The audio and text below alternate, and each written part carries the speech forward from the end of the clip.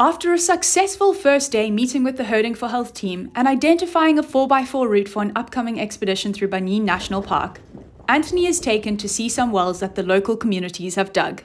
Peace Parks works with communities to promote sustainable water use and improve easy access to water all year round. So we're here in Banhine, and this is one of the wells that the community digs in these remote sandy areas to get down to the water table. This one has got an old fence around, so this would probably mean for their own personal use.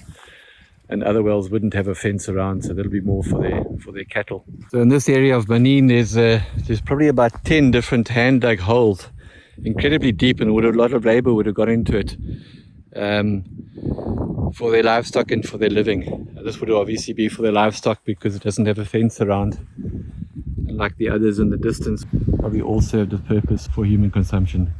While Antony and Willem continue testing different 4x4 routes for the upcoming expedition, the pair manages to find some time to really jump into their surroundings and enjoy the beautiful landscape that Banhine has to offer.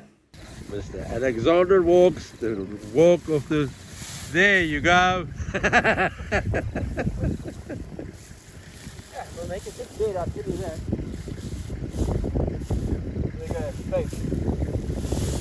Oh, nice! Ah. When out in the remote areas of the park, the team keeps a close eye out for any signs of poaching, so high-risk areas can be identified and ranger patrols can be focused on mitigating any illegal activity. Just come across another part of Banhine. We found a place where it's been poaching historically.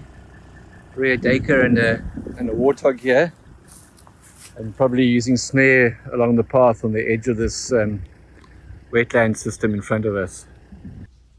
So in the background, Hannes and Willem are just refueling the Savannah plane before we head off for another 4-hour flight back to Banhine National Park this afternoon. It's been a very quick 24-hour visit, but a very successful one. Saw Mallows mongoose for the first time, which was really special, and got to travel on a lot of new roads that we hadn't mapped out before. After the floods of 2 years ago, the water's receding now and the park's changing quite rapidly. So we've also got a planned 4x4 expedition coming through in a month, so there's also a bit of planning for that. And then also just meeting up with our Herding for Health team and just understanding the work that they're doing and the planning and the liaison they're currently ongoing with the communities and their cattle grazing in and around the park. So a good visit, and now to pack the bags and head back to Maputo.